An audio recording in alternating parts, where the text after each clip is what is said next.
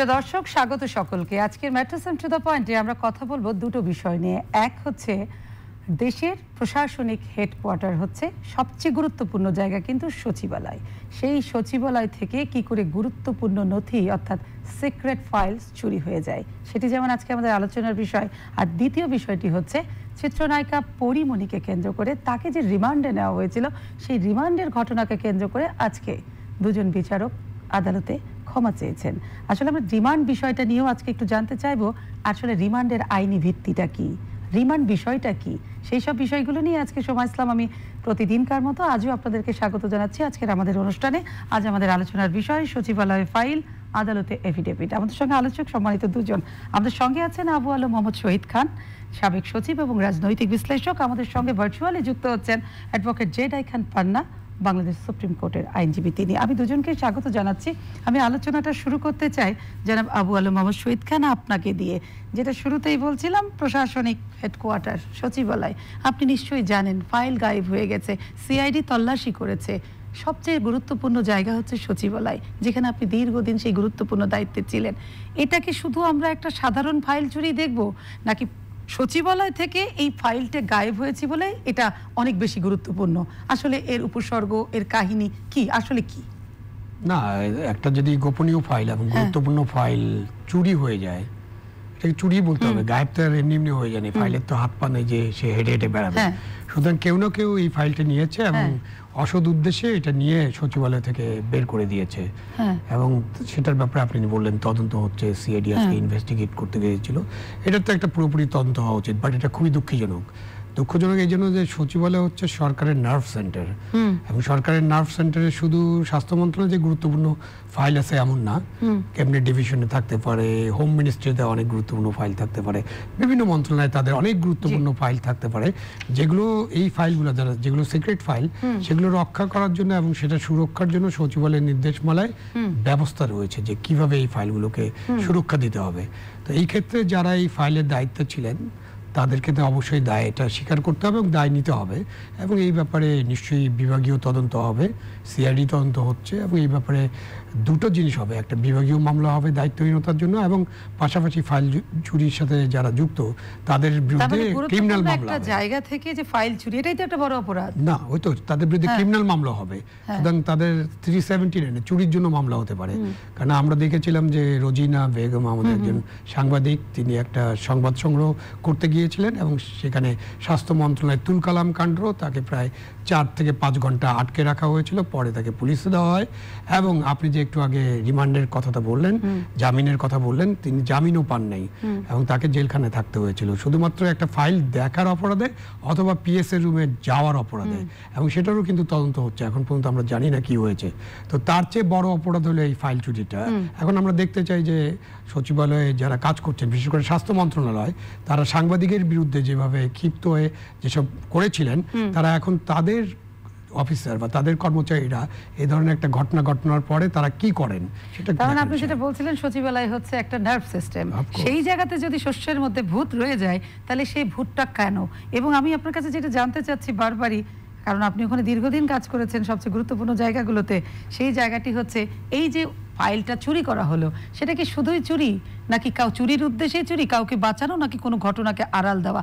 আমি আপনার একদম ব্যক্তিগত জায়গা, হয়তো সব কথাই হবে অনুমান ভিত্তিক। না, নিশ্চয়ই এটা যখন কোনো গুরুত্বপূর্ণ, আপনি বলছেন সিক্রেট নথি, গোপনীয় নথি, নিশ্চয়ই এটার মধ্যে কোনো গোপনীয় নথিতে এমন না যে রাষ্ট্রীয় গোপনীয়, এটা বিজনেসের কারণে গোপনীয় হতে পারে।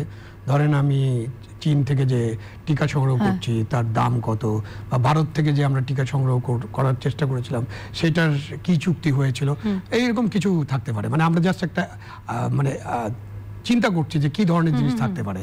তো অনেক গুরুত্বপূর্ণ জিনিস থাকতে পারে, বা ভবিষ্যতে কি ধরনের পরিকল্পনা আছে, কোথাও কোনো পারচেজ ডিসিশন আছে কিনা।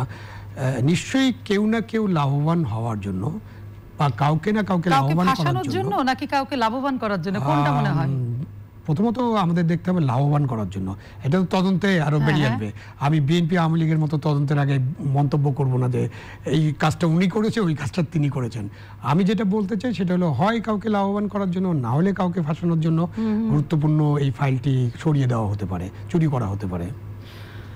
তবে আমাদের তাহলে সময়ের উপরে অপেক্ষা করতে হবে। আমি আরো অনেক প্রশ্ন নিয়ে আপনার কাছে আসবো জনাব আবু আলম। আমি একটু চলে যেতে চাই, আমাদের আইনজীবী আছেন অ্যাডভোকেট জেডাই খান পান্না, নিশ্চয়ই আপনি আমার কথা শুনতে পাচ্ছেন। শুরুতেই যদি আমি আপনার কাছে একটু জানতে চাই, সেটা আপনার ব্যক্তিগত অভিমত হবে যে এই যে আজকে স্বাস্থ্য মন্ত্রণালয়ে ফাইল চুরি হয়েছে, সেটা অবশ্যই যেটা আবু আলম বলছিলেন যে সিক্রেট ফাইল, আমাদের নার্ভ সিস্টেম হচ্ছে সচিবালয়, সবচেয়ে গুরুত্বপূর্ণ জায়গা থেকে ফাইল চুরি, সেই বিষয় নিয়ে কি আপনি কিছু মন্তব্য করতে চাইবেন? আমি তারপরে আসবো মূল প্রসঙ্গ রিমান্ডে। অবশ্যই এই দুর্বৃত্তরা সচিবালয়ের দুর্বৃত্তই। হ্যাঁ, আমাদের মস্তিষ্কের ভেতরে যারা সারা দেশটাকে পরিচালনা করে সেই দুর্বৃত্তরাই এটা করেছে। পিয়ন দিয়ে করাক আর সুইপার দিয়ে করাক আর দারোয়ান দিয়ে করাক, এতে ওখানকার সর্বা যিনি আছেন তার বিরুদ্ধে প্রসিডিংস ড্র করা হচ্ছে। This is my opinion. জি, তার মানে এখানে যদি কিছু না পায় আমি অন্তত সুপ্রিম কোর্টে একটা মামলা করব। আচ্ছা, তদন্ত যেহেতু যদি কিছু বের না হয়ে আসে, কারণ আমাদের তো অনেক কিছুতে তদন্ত হয়, শেষমেশ আসলে আমরা তদন্ত রিপোর্টটার প্রতি অতটা খেয়াল দিই না, দেখা যায় অন্য একটা ঘটনা এসে যায়, ওটা আবার ঢেকে যায়, এরকম তো অনেক নজির আছে। কিন্তু আপনার তাহলে সিদ্ধান্তটা কি, যদি তদন্ত কিছু না আসে তাহলে আপনি কি করবেন? তদন্তটা আসুক আর না আসুক, একটা টাইমে আমি এটা সুপ্রিম কোর্টেই একটা ইচ্ছা বলতে, এই ঘটনাটা কি হলো, কেউ যদি রেসপন্সিবল না হয় তাহলে head of the organisation he will be responsible. এরকমের এক্সাম্পল আছে বাংলাদেশের কাছে। এই প্রেসিডেন্ট শাহাবুদ্দিন সাহেব যখন প্রেসিডেন্ট, চট্টগ্রামে সিগন্যাল পাওয়া সত্ত্বেও কোনো প্রিকশন না নেওয়ায় কিছু এয়ারক্রাফটের ক্ষতি হয়েছে। তো সেইটার বেলা উনি মিটিং ডাকছেন। আবু আলম সাহেব এটা খুব ভালোভাবে বলতে পারবে। Probably air vice marshal Momtazuddin সাহেব, তারা তিন বাহিনীর প্রধান বসে একটা রিপোর্ট দিলেন যে না, এটা এমনি এমনি হয়ে গেছে, no one is responsible. Shahabuddin সাহেব শুনলেন, শুনে বললেন যে এই তো নো ওয়ান ইজ রেসপন্সিবল, এই তো আপনাদের ডিসিশন। হ্যাঁ, ওকে, এটা সাইন করেন। তো সাইন করার পরে উনি নিচে দিয়ে লিখে দিল, no one is responsible means head of the organisation will be responsible, এবং তাকে স্পটেই টার্মিনেট করলেন। আমি যেটা একটু আপনার কাছে, জি, যে আমি আবু আলম সাহেবের কাছে আসবো, কিন্তু আপনার কাছে আমি যে বিষয়টা, এই ফাইল চুরির বিষয়টা নিয়ে যেটা জানতে চাই, সেটা হচ্ছে যে অনেকে, জি, এটা একটা বিশাল তথ্য, সেটারে চুরি করা হয়েছে। তো সেই যে ফাইলটা চুরি হলো স্বাস্থ্য মন্ত্রণালয় থেকে, সেখানে আপনার অভিজ্ঞতা কি বলছে?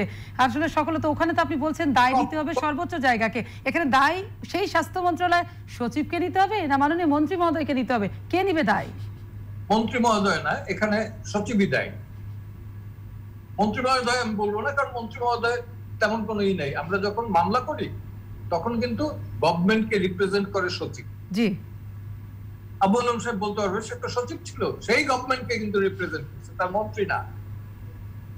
তার মানে আবু আলম সাহেবের কাছে আমার প্রশ্ন তো অবশ্যই থাকবে, এই শস্যের মধ্যে ভূত আসলে প্রশাসন নাকি রাজনীতি? সেই জায়গাটা তো নিশ্চয়ই উনি দিবেন উত্তর। কিন্তু আমি এখন আপনার কাছে যে আপনার প্রসঙ্গের জায়গাটি জানতে চাই। আপনি জানেন যে চিত্রনায়িকা, আলোচিত চিত্রনায়িকা পরিমণিকে নিয়ে দু দফা আর কি রিমান্ডে নিয়ে বিচারকরা আজকে আদালতে গিয়েছেন, ক্ষমা চেয়েছেন। কিন্তু আসলে রিমান্ড বিষয়টা কি, এটার কি আইনি বৈধতা আছে? যে কোনো মামলাতে আমরা যে কোনো বিষয়ে যে কোনো মানুষকে দেখি রিমান্ডে নিয়ে যেতে, এই রিমান্ড জিনিসটা আসলে কি, আইনি ভিত্তিটা আপনার কাছে জানতে চাই। আমাদেরকে আইন পারমিট করে রিমান্ড? আমি বলি, রিমান্ড বলতে কি বুঝি আপনার? পুলিশ নিয়ে যাবে, সোজা কথায়। আইনে কি আছে পরে বুঝতে যান। রিমান্ড মানে পুলিশ নিয়ে যাবে। কোথায়? থানাতে। থানাতে যেখানে গিয়ে রাখে সেই জায়গাটা একবার দেখেন। আপনারা তো জার্নালিস্ট, সারা বাংলা একবার সার্ভে করে দেখেন, কোনো গরু ছাগলও থাকতে পারে সেখানে মানুষগুলোকে নিয়ে রাখে। রাখার পরে রাখাই তো একটা মেন্টাল টর্চার। সেকেন্ড হইলো ফিজিক্যাল টর্চার হয় না এরকম লোক নাই। আমি নিজে এক্সাম্পল, আমি আজকেও কোর্টে বলছি এবং অ্যাটর্নি জেনারেল রিপ্লাই দিচ্ছেন, উনি মার্শাল্লার সময় হয়েছে, আমি আর দেই নাই। সেটা হলো যে মার্শাল্লার সময় তো আমার মার্শাল্লা প্রোক্লামেশন দিয়ে এই রিমান্ডে নেয় নাই, এই লয়ের ভেতর থেকেই নিছে। অর্থাৎ এই লয়ের যে মিসইউজ, ম্যাল প্র্যাকটিস, ব্যাড প্র্যাকটিস, সেটা কন্টিনিউ করতেছে। সেটা মার্শাল্লা থাক আর সিভিল স্টার। রিমান্ডের যেটা, এটা পরে কি একটা জিজ্ঞাসাবাদের একটা সেকশন আছে 167 সিআরপি, ক্রিমিনাল ফৌজদারি কার্যবিধির 167 ধারায় জিজ্ঞাসাবাদের একটা আছে। এখন এইটা কোথাও নাই যে থানায় নিয়ে যেতে হবে। হ্যাঁ, থানায় নিয়ে যায় কেন? তাহলে থানায় নিয়ে যাওয়া সিস্টেমটা তো একটা প্র্যাকটিসে চালু হয়ে গেছে, এই প্র্যাকটিসটা বন্ধ হয় না কেন? কেন থানায় নিতে হয়? একটু বলতেছি আমি, সেটা হলো আপনার কি খেয়াল আছে যে সিপাহী বিদ্রোহ কবে হয়েছে ব্রিটিশদের বিরুদ্ধে? 1757 সাল নাকি? আমি আচ্ছা, হ্যাঁ, শেষ হয়েছে কবে? আল্লাহ, এই পরীক্ষা আমি ভুলে গেছি, জানি না। 58 না 59। আচ্ছা, আইটে কিন্তু এইখানে একটা ল হয়, সেটা হলো পেনাল কোড। হ্যাঁ, যেটা বহাল আছে। সেই পেনাল কোডটা পিপলের জন্য করে নাই, করছে টু রুল দ্য পিপল, তাই না? জি, এই আইনটাকে আবার কার্যকরী করার জন্য বেঙ্গল পিএনবি নামে আরেকটা police regulation of Bengal code, হ্যাঁ, আর আরো একটু পরে এটা কোর্টে নেওয়ার জন্য তারা 1898 এ এসে সিআরপিসি করবে। সবগুলো টার্গেট হলো টু কন্ট্রোল দ্য পিপল এবং এই শোষণ বঞ্চনা এটা যাতে কন্টিনিউ করে। এবং তখন থেকেই এই 167 এর মাধ্যমে থানায় নিয়ে যেত। থানায় না মানে মারপিট যাই হোক, এই 167, কিন্তু এটা মূলত জিজ্ঞাসাবাদের জন্য। আচ্ছা, তো আপনি যেটা জি জিজ্ঞাসাবাদের কথা বলছেন যে 167 এ নিয়ে যেতে হয়, এবং কোথাও কি গায়ে হাত দেওয়া নিয়ম, টর্চার করার নিয়ম, এবং এই জিজ্ঞাসাবাদের নিয়মটা আসলে কি, কারা করতে পারে? গালি দেওয়াও বেআইনি। হ্যাঁ, গায়ে হাত দেওয়া তো দূরের কথা, গালি দেওয়াও বেআইনি। এইটা আমাদের পুলিশ কর্মকর্তাদের তখন ব্রিটিশ আমলে যেহেতু ছিল না, পরবর্তীতে পাঞ্জাবি, তারাও মনে করছে এটাই থাক, কারণ সবাই তো শাসন করতে পারলেই ভালো। এখন ক্ষমতায় আছে, অথচ আওয়ামী লীগ ক্যাম্পিটান খেতে দেখছি রাস্তায়, এই মোহাম্মদ নাসিমকে, মতিয়া চৌধুরীকে দেখি না? আপনিও দেখছেন, আমিও দেখছি। কালকে যে আবার আজকে বিএনপি খাচ্ছে না, খাচ্ছে। এরশাদের পার্টি খায় না, রাস্তায় খাচ্ছে, কিন্তু তারাও তো পিটি করছে। তো সবাই আমরা যদি মনে করি যে এইটা পিটিটাই হইলো মূলত আইনের শাসন, তা তো না। পিটি বন্ধ করে যুক্তি তর্কের এবং আইনের শাসনের মাধ্যমে এস্টাবলিশড করা, আসলে হ্যাঁ, আউটসাইড অফ কোর্ট কোনো কিছু ডিসাইড করা, এটা গ্রহণযোগ্য না। কিন্তু আমাদের এখানে প্র্যাকটিস হয়ে গেছে আউটসাইড অফ দ্য কোর্ট। এই কি র্যাবের কিলিং একটা, পুলিশের ক্রস ফায়ার আর একটা, কিছু কিছু কমে গেছে এখন এই মেজর সিনহার ঘটনার পর। একটা শুরু হয়ে গেছে, এনকাউন্টার একটা, তাই না? এগুলো তো ঠিক না। এই এক্সট্রা জুডিশিয়াল কিলিং বা এক্সট্রা জুডিশিয়াল অ্যাক্টিভিটি, এটা কোন প্রকারেই গ্রহণযোগ্য না। কিন্তু ব্রিটিশ আমল থেকে যেহেতু চলে আসছে, আমাদের পুলিশ কর্মকর্তারাও ধরে নিছে, বা প্রশাসনিক এই আবু আলম সাহেবের মতো লোকজনেরা ধরে নিছে, হ্যাঁ এইটাই আমাদেরই। আচ্ছা, কিন্তু আমাদের দেশ এইখানে আর্টিকেল 7 এ কিন্তু ক্লিয়ার লেখা আছে প্রজাতন্ত্রের মালিক হলো জনগণ। জি, জনাব অ্যাডভোকেট জেডা খান পান্না, আমি ফিরবো আপনার কাছে। অনেকগুলো আপনি প্রশ্ন তুলেছেন যেখানে আপনার দায়ী করেছেন প্রশাসনকে, সেই জায়গাটাতে সাবেক আমলা হিসাবে জনাব আবু আলম তো কিছু উত্তর দেবেনি, আমি একটু তার কাছে যাই, আমি আসবো আপনার কাছে। প্রথমত ফাইল গায়েব অবশ্যই বলছে সচিব দায়ী স্বাস্থ্য মন্ত্রণালয় থেকে, এবং এই যে রিমান্ডের বিষয়টাও এটা একটা প্র্যাকটিস ব্রিটিশ ল, এবং প্রশাসনের এটা একটা রয়ে গেছে ঘাড়ে সিন্দাবাদের ভূত, এটা কেউ নামায়নি, অর্থাৎ উদ্দেশ্য প্রণোদিত একটা বিষয়, এটা হচ্ছে রিমান্ডে নিয়ে নির্যাতন। প্রথমত হচ্ছে যে ফাইল গায়েবের ব্যাপারে তো সিআইডি তদন্ত করছে, আমরা প্রত্যাশা করতে পারি যে সিআইডি যেহেতু তদন্ত করছে, কিছু একটা বের হয়ে আসবে যে ফাইলের বিষয়টা কি। এবং এই দায় তো আমাদের দেশে তো দায়টা নেওয়া হয় না, আমাদের দেশের দায়িত্ব ইমিডিয়েট যে সুপারভাইজিং অফিসার, তাকে দায়িত্ব নিতে হবে। আবার আপনি বলছেন সেক্রেটারি, হ্যাঁ সেক্রেটারিকে দায় নিতে হবে যদি তিনি সমাধান না করতে পারেন বা বিষয়টা বের না করতে পারেন। মন্ত্রীকেও দায় নিতে হবে, কারণ তিনি চিফ এক্সিকিউটিভ অফিসার কিন্তু এখন, কেন আমাদের মন্ত্রণালয়ের মন্ত্রীদের কাছে পার্লামেন্টারি সিস্টেম অফ ডেমোক্রেসিতে সচিবকে, পান্না ভাইরা সবসময় সচিবকেই নোটিশ করেন, কিন্তু ওনারা মন্ত্রীকে করেন না। কেন করেন না আমি জানি না, বাংলাদেশের যে কাঠামো, সেই কাঠামোতে একটা পরিবর্তন আসছে। সেই পরিবর্তন অনুযায়ী মন্ত্রীরা কিন্তু সিইও অফ দি মিনিস্ট্রি, শুধু মন্ত্রীদেরও দায় আছে, তো মন্ত্রীদের দায় করতে হবে। এবং আমরা পলিটিশিয়ানদের যতক্ষণ পর্যন্ত দায়ী করব না, বা আমরা আমলাদের শীর্ষ আমলাদের যতক্ষণ পর্যন্ত দায়ী করবো না, ততক্ষণ পর্যন্ত এই বিতর্ক চলতে থাকবে এবং ততক্ষণ অনেক সমস্যার সমাধান হবে না। দায়টা আসলে কার বেশি, জনপ্রতিনিধি মাননীয় মন্ত্রীর নাকি সচিবের? প্রশাসনিক দায় বেশি সচিবের, বা যারা জয়েন্ট সেক্রেটারি হতে পারে, প্রত্যেকটা উইং তো আছে, এবং এটা ডেপুটি সেক্রেটারি হতে পারে, আমাদের যে এও আছে অ্যাডমিনিস্ট্রেটিভ অফিসার, তারও হতে পারে, সেটা তো তদন্তের মাধ্যমে বেরিয়ে আসবে। বাট মন্ত্রীকে ওইটার দায়িত্ব নিতে হবে, কারণ মন্ত্রী তার মন্ত্রণালয় কিভাবে চালাচ্ছেন, কারণ ওই মন্ত্রণালয়ে তো অনেক ঘটনা ঘটছে। সেই মন্ত্রীর ব্যাপারে তো আমি বলতেই হবে যে মন্ত্রী সাহেবকেও দায় নিতে হবে, কারণ তারা মন্ত্রণালয় চালানোর কথা, তিনি মন্ত্রণালয়ের নেতা। আর দায় নিতে হবে মন্ত্রীকে। একটু থামায়, বেয়াদবি নিবেন না, একটু থামায়। স্বাস্থ্য মন্ত্রণালয়ের ঘটনায় আমরা বলছি, যেহেতু এটা সামনে চলে এসেছে যে দায় নিতে হবে মাননীয় মন্ত্রীকে, কিন্তু দায়িত্বটা তো আমলার, সচিবের। হ্যাঁ, আমি তো বলছি সচিবকেও দায় নিতে হবে, মন্ত্রীকেও দায়িত্ব হবে, যৌথ দায়িত্ব, দুজনের কাউকে ছাড়া যাবে না। কারণ আপনি দেখবেন যে ইন্ডিয়াতে কয়েকজন মন্ত্রী পদত্যাগ করেছিলেন বিভিন্ন ঘটনায়। রেলওয়ে দুর্ঘটনা হয়েছিল, রেল মন্ত্রী পদত্যাগ করেছিলেন, রেল সচিব কিন্তু পদত্যাগ করেনি। বিকজ পলিটিশিয়ানরা জনগণের কাছে বেশি দায়বদ্ধ, চাকর বাকররা কম দায়বদ্ধ, কারণ তারা চাকরি বাকরি করেন। কিন্তু এখন যদি দায়ী হয় সচিব, তাহলে নয় মন্ত্রী তার দায় নিয়ে পদত্যাগ করলো না, করবে না। আমাদের দেশে এটা হবে না, আমাদের দেশে এটা হবে না, এই প্র্যাকটিস নেই আমাদের দেশে এই প্র্যাকটিস নাই। সুতরাং মন্ত্রী পদত্যাগ না করলে সচিবও পদত্যাগ করবে না, ওনারা তো পার্মানেন্ট সিভিল সার্ভেন্ট। তো আমরা তো এই জায়গাটায় পৌঁছি নাই, আমাদের কালচার এই জায়গায় পৌঁছে নাই। সুতরাং আমাদেরকে অপেক্ষা করতে হবে। আমি হঠাৎ করে পান্না ভাই যদি বলে অমুকের দায়, এবং পান্না ভাই একটা মামলাও করতে পারে, কিন্তু সেই মামলার রেজাল্ট পান্না ভাই দেখে যেতে পারবেন না এরকম মামলা। পান্না ভাইরা এরকম অনেক মামলা করে, কোনো কিছু হয় না। এরকম মামলায় আইজি সাহেবেরও অনেক করা হয়, কিন্তু কোনো কিছু হয় না। কিন্তু আপনি একজন সাবেক আমলা হিসেবে বলছেন যে, যেমন বলছেন এরকম মামলা আর কখনো হয় না, কিংবা দেখে যেতে পারবে না। দেখে যেতে পারবে না, তার মানে আমি হতাশ এই জন্য যে আমাদের সিস্টেম এরকম মামলাতে ফলাফল আমরা দেখতে পাই না।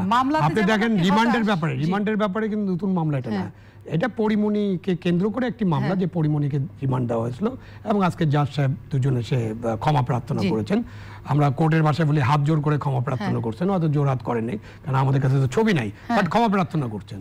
আপনি দেখেন রিমান্ডের ব্যাপারে কোর্টে কিন্তু মামলা হয়েছে, এবং রিমান্ডের ব্যাপারে কোর্টের সুনির্দিষ্ট নির্দেশনা আছে কি করতে হবে, কোথায় জিজ্ঞাসাবাদ করতে হবে, ডাক্তার থাকবে কিনা, ডাক্তার পরীক্ষা করবে তাকে, এবং সেখানে তার উকিল থাকবে কিনা, মানে অনেক জিনিস বলা হয়েছে। 54 এর ব্যাপারে পাবনা ভাই জানে, চুয়ান্ন যে আমরা ইচ্ছা করলে পুলিশ যে কাউকে ধরে থানায় নিয়ে যেতে পারে, চুয়ান্ন ধারা নিয়ে অনেক কথা হয়েছে। এটা ঠিক যে ওই যে 1757, 1758, 1759, তারপরে 1786, 87, এই যে ধারাগুলো তৈরি করেছে ব্রিটিশরা, তখন কলোনিয়াল শাসক ছিল। আমরা তো এখন কলোনি না, তারপরেও আমরা কলোনি ছিলাম, পাকিস্তানের কলোনি ছিলাম। সুতরাং ওইটা কন্টিনিউ করেছে। কিন্তু বাংলাদেশ 16ই ডিসেম্বর 1971-এর পরে বাংলাদেশ একটা স্বাধীন রাষ্ট্র। আমরা কি করেছি, পান্না ভাইরাও ওকালতি করেছেন, আমাদেরও আমলারা কাজ করেছে, রাজনীতিবিদরা কাজ করেছেন, শুধুমাত্র ওইসব ধারায় ইস্ট পাকিস্তানের জায়গায় বাংলাদেশ আর পাকিস্তানের জায়গায় বাংলাদেশ সিল মেরে দিছে। এইভাবে আমাদের আইনগুলো আছে, এবং এই আইনই এখনো চলতেছে। তার মানে আমরা পরিবর্তন করি না, এবং আমরা পরিবর্তন করতে চাই না। আপনি ধরেন যে স্পেশাল পাওয়ার অ্যাক্ট, এটা 74-এর একটা আইন, বিশেষ ক্ষমতা আইন। তো এটা নিয়ে অনেক সমালোচনা না, এবং এটার জন্য বঙ্গবন্ধুকে হত্যা করার পরেও বলা হলো যে উনি এইসব অন্যায় কাজ করছে। স্পেশাল পাওয়ার অ্যাক্ট 2021 সালে এখন পর্যন্ত স্পেশাল পাওয়ার অ্যাক্ট আছে, এবং যারা বঙ্গবন্ধুকে হত্যা করেছিল, যারা পরবর্তীতে ক্ষমতায় আসছিল, তাদের স্পেশাল পাওয়ার অ্যাক্ট খুব ভালো লাগছে। আপনি দ্রুত বিচার আইন যখন পাশ করে বিএনপি, তখন আমাদের বিরোধী দলেরা কি বলছে, রাষ্ট্রধর্ম ইসলাম যখন এরশাদ সাহেব করে, তখন শেখ হাসিনা কি বলেছেন, বেগম খালেদা জিয়া কি বলছেন, এমনকি মতিউর রহমান নিজামী, তিনজনেই এই আইনের প্রতিবাদ করেছেন, এবং ঢাকার রাস্তায় আগুন জ্বলেছিল।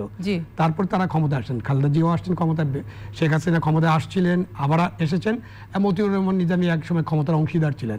কই, তারা তো রাষ্ট্রধর্ম ইসলামের ব্যাপারে কোনো কিছু বলেন নাই। যেটা তারা বলেন বিরোধী দলে থাকতে, সেটা তারা বিশ্বাস করেন। সরকারে আসলে সব ভুলে যান, এবং বিরোধী দলে থাকলে ভুলে যান। এখন আপনি বেগম খালেদা জিয়াকে জিজ্ঞেস করেন, রাষ্ট্রধর্ম নিয়ে উনি একটাও কথা বলবেন না। মতিউর রহমান নিজামী নাই, কিন্তু ওনার দলকে যখন বলবেন তারাও একটা কথা বলবে না। তার মানে এই রাজনীতিটাই হয়ে যাচ্ছে, আমি ক্ষমতায় থাকার জন্য যেভাবে যা প্রয়োজন আমরা আইন কানুন সবকিছু ব্যবহার করে আমরা ক্ষমতায় থাকতে চাই। সেইখানে আমাদের যে একটা গণতান্ত্রিক রাষ্ট্র আমরা করতে চাই, একটা মানবিক গণতান্ত্রিক রাষ্ট্র এই যে করতে চাই, যদি আমাদের স্বপ্ন ছিল, এই স্বপ্নটা তো মনে হয় রাজনীতিবিদরা এখন দেখেন না। আবু আলম শহীদ, যে আপনি যেটা বলছেন যে সরকারের পক্ষে যেটা ভালো সেটা সব সময় সে মনে করে আমি এটা করে আমি ক্ষমতায় থাকতে চাই। আমি সরকারের পক্ষে ভালো বলছি না, আমি সরকার যেটা ব্যবহার করতে চায় ক্ষমতায় থাকার জন্য, ভালো না জনগণের জন্য ভালো নিয়ে সে তার নিজের জন্য যেটা ভালো মনে করে সেটাকে সে এস্টাবলিশ করে। সুতরাং রিমান্ডের আমি এই যে 167 এর যে জিজ্ঞাসাবাদ করার পেছনে কিংবা সহায়ক শক্তি হিসাবে অনেকেই বলে ব্যুরোক্রেসি প্রধান ভূমিকা, আপনারাই তো প্রধান ভূমিকা। না, আমি এটা মনে করি না, এই জন্য যে ধরেন বাংলাদেশে অনেক ভালো আইনও আছে, আমি এটা মনে করি। যেমন নারী নির্যাতনের যদি কথাটা বলি, অনেক ভালো আইন আছে, শিশুদের ব্যাপারে অনেক ভালো আইন আছে, বাংলাদেশে কিন্তু অনেক ভালো আইনও আছে। এখন ধরেন যে আইন প্রণয়নের কাজটা এটা পার্লামেন্টের কাজ, ব্যুরোক্রেসি তাদেরকে সহায়তা করে। পার্লামেন্টে যাওয়ার পরে পার্লামেন্টের ডিবেট, পার্লামেন্টের কমিটিতে এবং ক্যাবিনেটে অনেক আলোচনা করার পরে আইন প্রণীত হয়।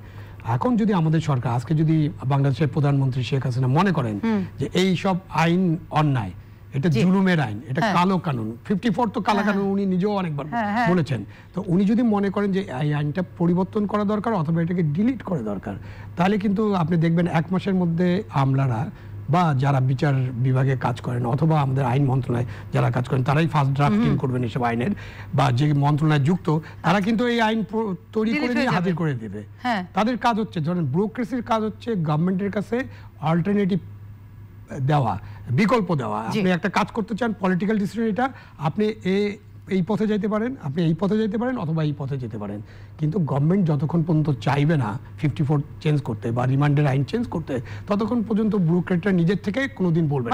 কারণ ব্যুরোক্রেটরা রিফর্ম করতে চায় না, সরকারকে পথ দেখানো, পথে দেওয়া না, ব্যুরোক্রেটরা এটার জন্য না, এটার জন্য তাদের কাজ এটা না, তাদের কর্তব্য এটা না, তাদের কাজ একটাই যে সরকার। কিন্তু যে ফাইল চুরিটা হলো যে সেটা দায়িত্ব সচিবকে নিতে হবে, এটা তো অবশ্যই বিপথে যাওয়ার একটা আমরা আমাদের যদি কোনো ব্যত্যয় থাকে ব্যুরোক্রেটদের, তাহলে দায়িত্ব তো নিবেই। কিন্তু ব্যুরোক্রেটরা আইন প্রণয়ন করে না, সেটা করবে জনপ্রতিনিধি, সংসদে হবে।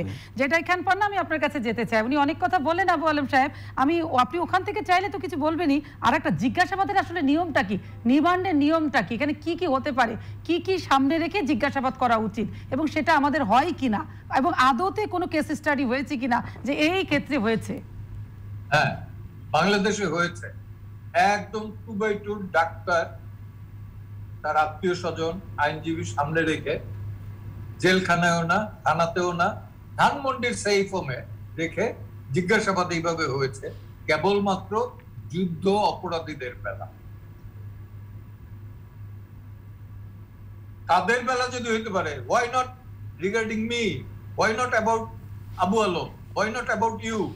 এটাই যদি নিয়ম হয়ে থাকে এভাবে জিজ্ঞাসাবাদ করতে হবে 167 এ, তাহলে সাধারণ মানুষের বেলায় দোষটা কোথায়? সাধারণ মানুষ বলে এক্স্যাক্টলি। এবং এটার পরে জিজ্ঞাসাবাদের পরেই আমরা কি দেখি, এই যে বাংলাদেশের একটা, আপনারা যে কেউ স্টাডি করে দেখতে পারেন, এই যে বলে না যে স্বেচ্ছা প্রণোদিত জবানবন্দি দেয় 164 ধারায়, তো সেইটা দেওয়ার আগে আপনারা একটু খোঁজ করে দেখবেন উনি বেশ কিছুদিন রিমান্ডে ছিল এবং আচ্ছা মতো ছাতা নিতেছে পাওয়ার পরে। হ্যাঁ, সত্যিটাই। আমি ওপেন কোর্টে বলছি তো যে আমার এই হাতের আঙ্গুল আর পায়ের আঙ্গুল এগুলো এখনো কথা বলে যে রিমান্ডের এটা কি। কিন্তু সবচেয়ে বড় কথা, রিমান্ডটাই যদি একটা সেই আমলে আপনি যেটা উদাহরণ দিলেন সেই সময়কার একটা প্র্যাকটিস হয়ে থাকে ব্রিটিশ আমলের, তাহলে এই সময়ে সেটা বন্ধের কি হওয়া উচিত এবং আপনারা কি কিছু করছেন? আমরা তো, আমি বলি রিমান্ডের এটা কি হয়েছে, কেন এটা বন্ধ হয়েছে। 98 এ সম্ভবত, আমি একটু দেখেই বলি, মামলাগুলো কিন্তু আমাদেরই অনেক আগে থেকেই করা। 98 সালের 23 জুলাই ইন্ডিপেন্ডেন্ট ইউনিভার্সিটির ছাত্র শামীম রেজান রুবেল, যার বয়স ছিল 20, কার্যবিধির 54 ধারায় অ্যারেস্ট হয় এবং একটা থাকার পরে সে থানা হাজতে মারা যায়। একটা লোকজন যখন ফুসে ওঠে, তখন হোম মিনিস্ট্রি একটা জাস্টিস হাবিবুর রহমানের সেন্টার করে একটা ইনকোয়ারি কমিটি করে। ইনকোয়ারি কমিটি 15 ডেজের ভিতরে 11 দফা একটা রিকমেন্ডেশন দেয়। এটার বেসিসে প্লাস আইন সালিশ কেন্দ্র এবং সম্মিলিত সামাজিক আন্দোলন সহ বেশ কিছু। দর্শক, আমাদের 9টার সংবাদের সময় হয়ে গেল, তো আমাদের সঙ্গে আপনারা যুক্ত হয়ে যান। আমাদের যে ভেরিফাইড ফেসবুক চ্যানেল আছে সেখানে কিন্তু আমাদের অনুষ্ঠান সরাসরি চলছে।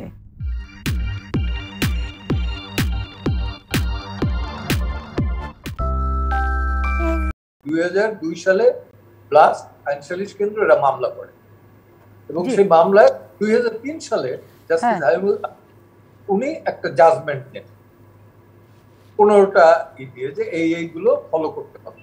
এইটা গিয়ে আবার পরবর্তীতে গিয়ে বোধহয় প্রবাবলি 16 সালে গিয়ে এটা অ্যাপিলেট ডিভিশন আবার রিভিউ করে কিছু মডিফাই করে এগুলো রাখে। তার ভিতর জিজ্ঞাসাবাদ করতে হবে জেল গেটে, জিজ্ঞাসাবাদ করার আগে পরে ডাক্তার থাকবে, আইনজীবী থাকবে এবং জিজ্ঞাসাবাদ কেউকে অ্যারেস্ট করার উইদিন 3 আওয়ার্স তার নিকট আত্মীয় স্বজনকে জানাতে হবে। ক্লিয়ার? জি, একদম পরিষ্কার। কিন্তু তার মানে এটা হচ্ছে আইনের লঙ্ঘন, অর্থাৎ মানুষের সঙ্গে মানবাধিকারও লঙ্ঘন হচ্ছে। কিন্তু যে অভিযুক্তর সঙ্গে এই মানবাধিকার লঙ্ঘন হচ্ছে সে কি কখনো এটা নিয়ে আইনি কোনো ব্যবস্থা নিতে পারে? এমন কোনো নজির আছে? আছে। কেউ করেছে? হ্যাঁ, আপনি তো বললেন আপনি আলোচিত যে চিত্রনায়িকা পরিমণি, আপনি সেই ঘটনাটাকে নোটিস করলেন। শুধু কি পরিমণির বিষয়টা আপনি নোটিস করেছেন নাকি তার আগেও কিছু করেছেন? রিগার্ডিং এই রিমান্ড এটা বন্ধ করার জন্য আমি আরো 3 বার মামলা করছি, কিন্তু সেগুলো হাইলাইট হয় না কখনো। সাবসিকুয়েন্টলি পরিমণি যেহেতু ফেমাস, আমি চিনিও না, নামও শুনি নাই, কিন্তু তার মামলাটায় যখন রিমান্ডে নিল তখন আমি যখনই করলাম এইটা রিমান্ড নিয়ে, তখন লোকজন কানে পানি ঢুকলো। না, বিষয়টি সেটি না যে আলোচিত চিত্রনায়িকা বলে সবার কানে গেল কিংবা সবাই কর্ণপাত করলো, কিন্তু আপনি বলছেন এর আগেও 3 বার আপনি ব্যবস্থা নিয়েছেন, কিন্তু সেটা তো থেমে নাই। তাহলে যে ভবিষ্যতেও থেমে থাকবে এমন কি কোনো গ্যারান্টি কিংবা ভরসা আছে, নাকি এটা চলমানই চলবে? না, থামবে। এটা আমি বলি আপনাকে, মেজর সিনিয়র ঘটনার ভেতর থেকে কিন্তু একটা যে ক্লিয়ার যে একটা রিমার্কেবল অবস্থায় কিন্তু ক্রস ফায়ার কমে গেছে। দেখেন আপনি কমছে। জি, এইটার পরও আমি দেখছি যে রিমান্ড, আমি তো খোঁজ নেই, আমি তো 12 বছর 13 বছর ধরে আছি বার কাউন্সিল। জি, বাংলাদেশ দেশ এটা বাড়ে তো আমার একটা করে লোক হইলেও আছে, তো এদের কাছে খোঁজ নিয়ে দেখি যে হ্যাঁ রিমান্ড কমে গেছে। ঢাকাতেই খোঁজ নিলে পরে দেখি যে রিমান্ড কমে গেছে। কারণ কি? কারণ হলো এই যে কনস্টিটিউশনের 111 ধারা আর্টিকেল, এটা সুনির্দিষ্টভাবে লেখা আছে যে হায়ার কোর্টের কোনো অর্ডার, নির্দেশনা এগুলো অধস্তন কোর্টকে অবশ্যই মানতে হবে। আমি কি পান্নাকে জিজ্ঞেস করতে পারি? জি হ্যাঁ, জনাব পান্না, আবু আলম সাহেব আপনাকে কিছু একটা জানতে চাই। জি, আপনি বলুন। জি, এটা তো আমরা সবাই জানি যে সুপ্রিম কোর্টের যে আদেশ সেটা আইনের সমমর্যাদা পাবে এবং সেটা নিয়ে সরকার পরে আইনও করতে পারেন, যদিও সরকার কোনো আইন করে নাই। কিন্তু এই যে সুপ্রিম কোর্টের আদেশ যে সমস্ত বিচারক মানলেন না, সেপারেশন অফ জুডিশিয়ারি আছে, কিন্তু এখন কিন্তু ওই প্রশাসন ক্যাডারের হাতে ম্যাজিস্ট্রেসি নাই। সেপারেশন অফ জুডিশিয়ারির কারণে আমরা জুডিশিয়াল ক্যাডারের মানুষরা এই কাজটা করে। তো যারা এইসব রিমান্ড দিলেন এবং রিমান্ডের যে সুপ্রিম কোর্টের নির্দেশনা মানলেন না গত 5 বছর, তার তো একটা তালিকা করে তাদেরকে বিচারের সম্মুখীন করা দরকার।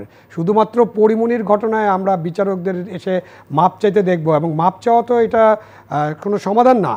মাপ চাওয়া, আপনি এত বড় অন্যায় করলেন, আপনি পরিমণিকে দুইবার রিমান্ড দিলেন, তাকে জেলখানায় রাখলেন, রিমান্ডে তাকে ওই যে হাজতে নিয়ে যাওয়া হলো এবং ডিবির ওখানে যে তাকে রাখা হলো, তাকে কি করা হয়েছে আমরা তো এখনও জানি না, উনিও মুখ খুলেন নাই। কিন্তু যে জাজ বা যে বিচারক এই সুপ্রিম কোর্টের আইন, সুপ্রিম কোর্টের অর্ডার না মেনে লঙ্ঘন করে তারা যে করলেন, তো সুপ্রিম কোর্টের কাছে তো এখন জাজদের সব কিছু, সেই সব জাজরা শুধু ক্ষমা চাওয়াই যথেষ্ট নাকি তাদের বিরুদ্ধে বিভাগীয় মামলা হওয়া উচিত এবং তাদের ক্লোজ করা উচিত?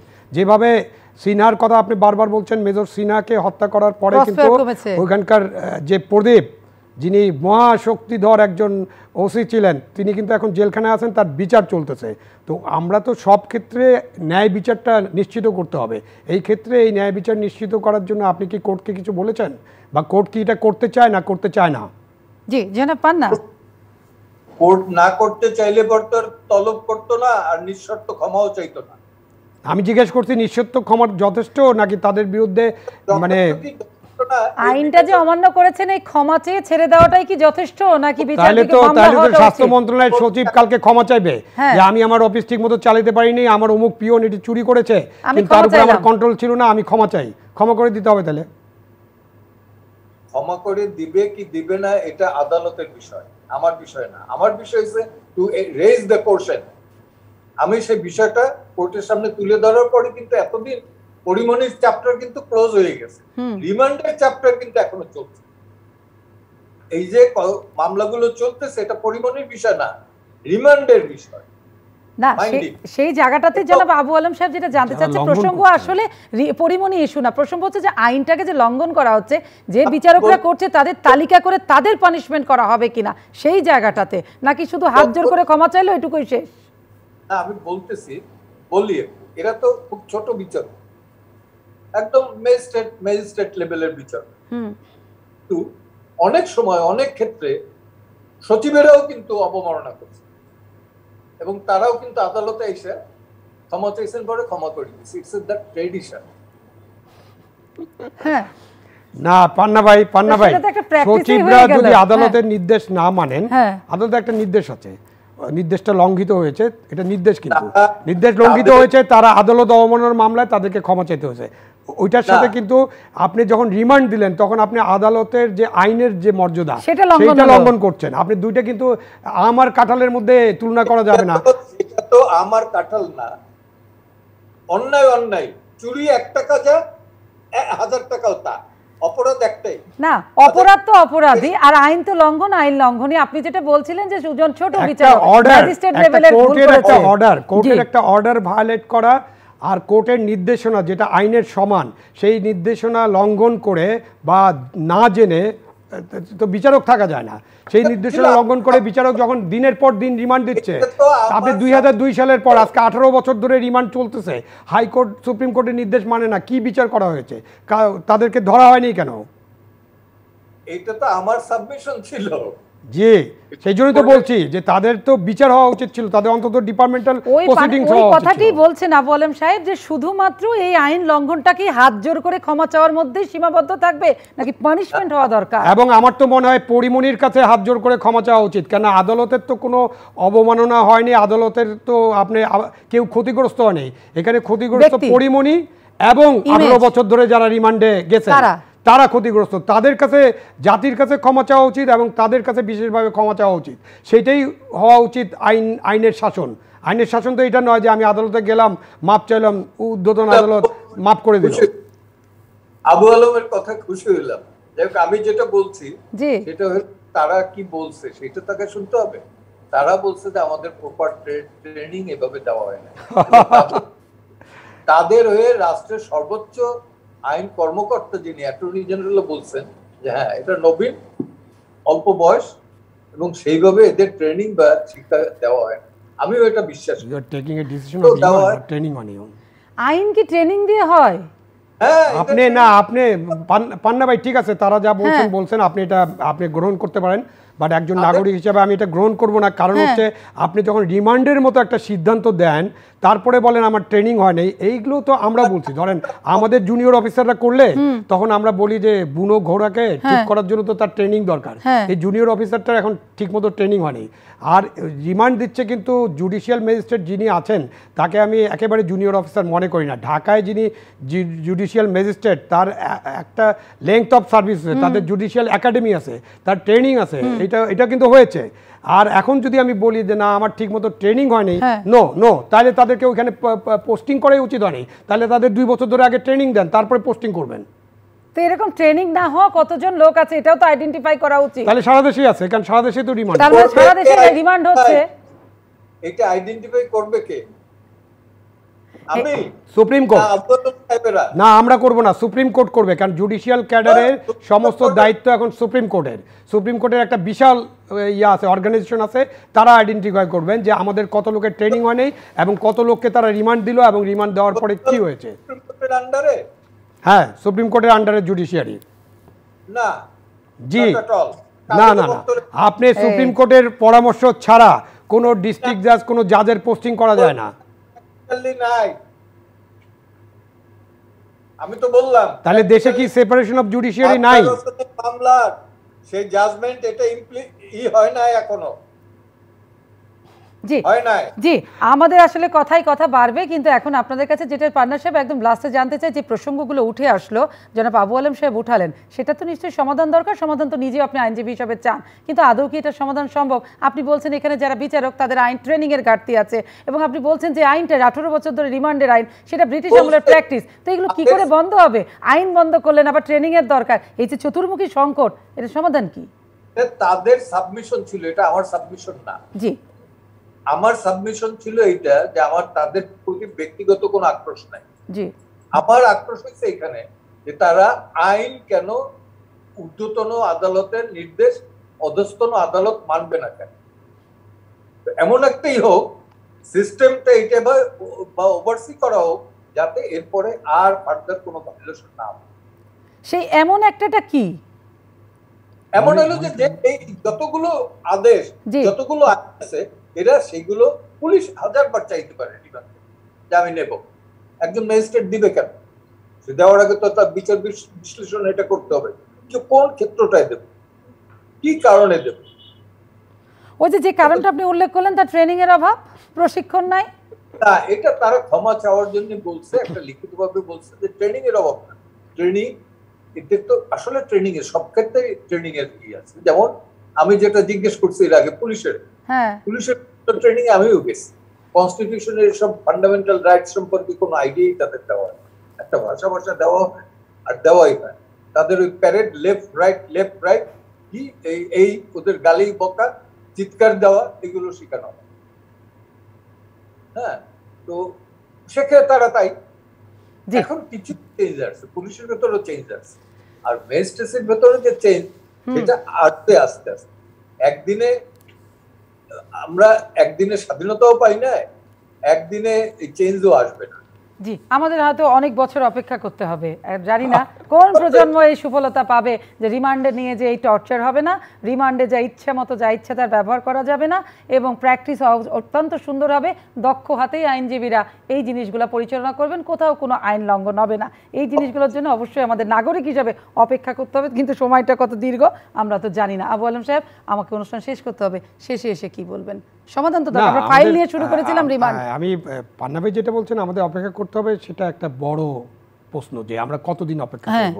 কেন আমাদের দেশের বয়স 50 বছর হয়েছে, এবং আমরা যারা চাকরিজীবী, যারা চাকরি করেন, তাদেরকে তো প্রথমেই মনে রাখতে হবে জনগণের ট্যাক্সের টাকায় তাদের ভাত কাপড় হয় আর কি। একদম সোজা যদি বাংলায় বলি আর কি, যে ভাত কাপড় আবাসন সব কিছু জনগণের ট্যাক্সের টাকা হয়। তো আমাদের আমলাতন্ত্র, আমাদের পুলিশ, আমাদের সেনাবাহিনী, আমাদের আইন শৃঙ্খলা বাহিনী এবং আমাদের জুডিশিয়ারিকে এটা বুঝতে হবে যে আমাদের কাজ হচ্ছে জনগণকে সেবা করা, এবং এইটা বোঝার জন্য অপেক্ষা করার সময় দিতে আমি রাজি না। কেন 50 বছর হয়ে গেছে বাংলাদেশের। সুতরাং আমরা যে জনগণের সেবক হতে হবে আমাদেরকে, এইটার জন্য আর অপেক্ষা করতে হবে না। এখন আপনি রিমান্ডের যে আইন আছে সেই আইন তাহলে প্রতিটা কোর্টে পাঠানো হোক, প্রতিটা কোর্টে ঝুলিয়ে রাখা হোক। এখন কী করবেন?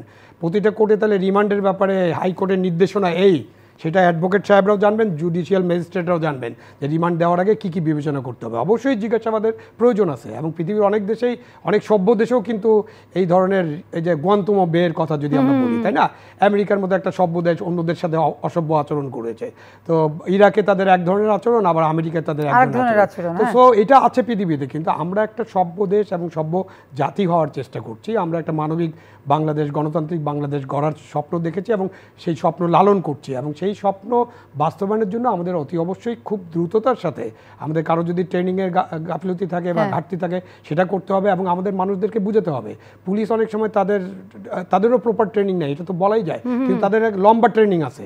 কিন্তু কথা হলো যে আমরা যে সমস্ত আইন রাখছি, পুলিশের যে সমস্ত নিবর্তনমূলক আইন আছে সেসব জিনিসে পুলিশ ভেরি ইন্টারেস্টেড, কারণ নিবর্তনমূলক আইনে সে তার মাসেলটা দেখাতে পারে। কিন্তু তাদের যে সেবার যে সমস্ত আইন আছে, আপনি কখনো কখনো দেখবেন কোনো ট্রাফিক পুলিশ ভাই আপনাকে রাস্তা পার করার জন্য সাহায্য করছে, এটাই তাদের কিন্তু কাজ হওয়া উচিত। কিন্তু আপনি সারা ঢাকা শহরে এটা দেখবেন না। সুতরাং এই জিনিসগুলো আমাদের আলাপ আলোচনা করে এক জায়গায় যেতে হবে, এবং এর জন্য রাজনৈতিক নেতৃত্বকে সঠিক পদক্ষেপ নিতে হবে। দেশটা চালায় কিন্তু রাজনীতিবিদরা, এটা আমাদের খেয়াল রাখতে হবে।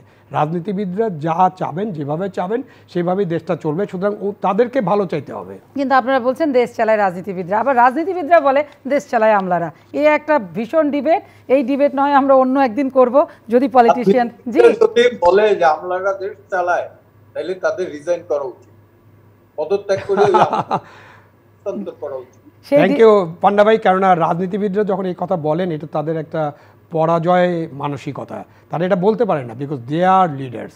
দেশের মন্ত্রিসভার প্রধানকে একজন রাজনৈতিক দলের প্রধান, দেশের মন্ত্রিসভার সদস্য কারা, একটি রাজনৈতিক দলের সদস্য যারা ভোট নিয়ে আমি এখানে আলোচনা করতে পারি না, কথিত ভোটের মাধ্যমে বা আসল ভোটের মাধ্যমে তারা নির্বাচিত হয়েছেন। তারা না থাকলে তো দেশ চলবে না, নাহলে মার্শাল ল দিয়ে দেশ চালানো হয়, তখন মার্শাল লটাই রাজনীতি। এখন আপনি গণতান্ত্রিক ব্যবস্থার মধ্যে দিয়ে নির্বাচিত হয়ে যদি কর্তৃত্ববাদী হয়ে যান, সেগুলো সমালোচনা আলাদা, কিন্তু রাজনীতিবিদরাই সিদ্ধান্ত নেবেন এবং সিদ্ধান্ত বাস্তবায়ন করবে আমলা, পুলিশ, সেনাবাহিনী, প্রশাসন। অসংখ্য ধন্যবাদ জানাচ্ছি দুজনকে। আর প্রিয় দর্শক, শুধু আমাকে একদম অনুষ্ঠান শেষ করতে হবে, শুধু এই আলোচনা থেকে এসে আমি আবু আলম সাহেবের প্রসঙ্গ নিয়ে শেষ করতে চাই। আসলে ডেমোক্রেসির ফরম্যাটে ব্যুরোক্রেসি আছে নাকি ব্যুরোক্রেসির ফরম্যাটে ডেমোক্রেসি আছে, সেটা একটা বিস্তর আলোচনার বিষয়। রাজনীতিবিদরা থাকলে এই বিষয়ে তারা ডিবেট করতে পারতেন, কিন্তু আজকে আমাদের আলোচনা ছিল অবশ্যই প্রত্যেকটা নাগরিকের জন্য আইন সবার জন্য সমান, এটা সমানভাবে প্রযোজ্য হতে হবে। এবং সেই ক্ষেত্রে আইন শৃঙ্খলা বাহিনী, প্রশাসন, আইনজীবী যারা আছে, সব উইংসগুলোকে কিন্তু মানুষের জন্য সেবা দিতে হবে, তারা সবাই সেবামূলক কাজ। তবে জনগণকেও বুঝতে হবে, অর্থাৎ সাধারণ নাগরিককেও বুঝতে হবে যে আমার অধিকারটা কি, আমার জন্য কি কি লেখা আছে আইনে, সেটাও কিন্তু তাদের বুঝে নিতে হবে। সুতরাং এই বোঝাবুঝির জায়গাটা কিন্তু উভয় পক্ষের যদি সচেতন থাকে, তাহলে কিন্তু ওই রিমান্ড নিয়ে প্রহসন, টর্চার, নির্যাতন এবং ইচ্ছামতো রিমান্ডের নামে জিজ্ঞাসাবাদ সব ভায়োলেট করে হয় না কিন্তু। এবং এই যে ফাইল গায়েব হয়ে গেল স্বাস্থ্য মন্ত্রণালয় থেকে, সেটির জন্য আমাদের অপেক্ষা করতে হবে, যেহেতু তদন্ত কমিশন গঠিত হয়েছে। আমাদের দেখতে হবে আসলে বিচার শেষ পর্যন্ত কী হলো। তা না হলে তো আইনজীবী পান্না সাহেব আছেন, তিনিই বললেন তিনি মামলা করবেন স্বপ্রণোদিত হয়েই। আমি সোমা ইসলাম আজকের মতো অনুষ্ঠান শেষ করছি। সকলে ভালো থাকবেন, সুস্থ থাকবেন, সবাইকে শুভরাত্রি।